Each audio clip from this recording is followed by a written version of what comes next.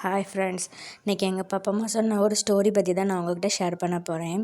நான் காலேஜ் படிச்சுட்டு இருக்கும்போது தைப்பூசத்துக்கு வீட்டுக்கு வந்திருந்தேன் லீவுக்கு. அப்போ எங்கள் பாப்பா அம்மா காலையிலேயே சொன்னாங்க, எல்லோரும் கண்டிப்பாக கோயிலுக்கு போங்க அப்படின்னாங்க. அப்போ நான் சொன்னேன், நீங்களும் வர வேண்டியதானே பாப்பாம்மா, எத்தனை வருஷம்தான் வராமல் இருப்பே அப்படின்ட்டு. ஆனால் எங்கள் பாப்பா அம்மா, இல்லைம்மாக்கா நீங்கள் போயிட்டு வாங்க அப்படின்னாங்க.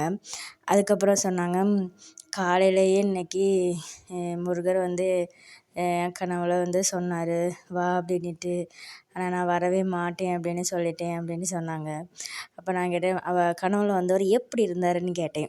அப்போ எங்கள் பாப்பா அம்மா சொன்னாங்க, நல்லா ஒரு மாடு மேய்க்க ஆள் எப்படி இருக்கும், நல்லா கரு கருன்னிக்கிட்டு கையில் ஒரு கம்பையும் வச்சுக்கிட்டு நல்லா தலைப்பாவை கெட்டிக்கிட்டு வந்து ஏன் சொல்லிகிட்டு நின்னார் அப்படின்ட்டு சொன்னாங்க. அப்படியா அப்படின்னு நான் கேட்டுக்கிட்டேன். அதுக்கப்புறமேட்டு நான் ஒர்க் பண்ணும்போது நியூ ஃபோன் வாங்கியிருந்தேன். இந்த ஸ்க்ரீன் ஃபோட்டோஸ் வைக்கிறதுக்காக நான் சர்ச் பண்ணும்போது கூகுளில் முருகர் ஃபோட்டோ கிடச்சிது எனக்கு. நான் ஸ்க்ரீனில் தெரியுது பார்த்திங்களா, இந்த ஃபோட்டோ தான். இந்த ஃபோட்டோவை தான் நான் பார்த்து எப்படி பாப்பம்மா சொன்ன அடையாளம் அப்படியே இருக்குது அப்படின்ட்டு எங்கள் பாப்பம்மாட்ட போயிட்டு, அதுக்கப்புறம் ஊருக்கு போகும்போது எங்கள் பாப்பம்மாட்ட போய் காமிச்சேன். பாப்பம்மா உங்கள் கனவுல வந்தது இவர் தானே அப்படின்ட்டு.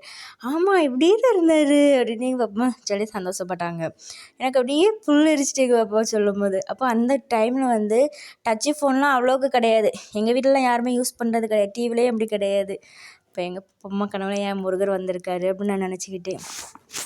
உங்களில் எத்தனை பேர் பாப்பா அம்மா கிட்ட இப்படி ஏதாச்சும் கதை கேட்டிருக்கீங்க? கமெண்ட்டில் சொல்லுங்கள். இது உங்களுக்கு பிடிச்சதுன்னா லைக் பண்ணுங்கள், ஷேர் பண்ணுங்கள், சப்ஸ்கிரைப் பண்ணுங்கள். பாய்.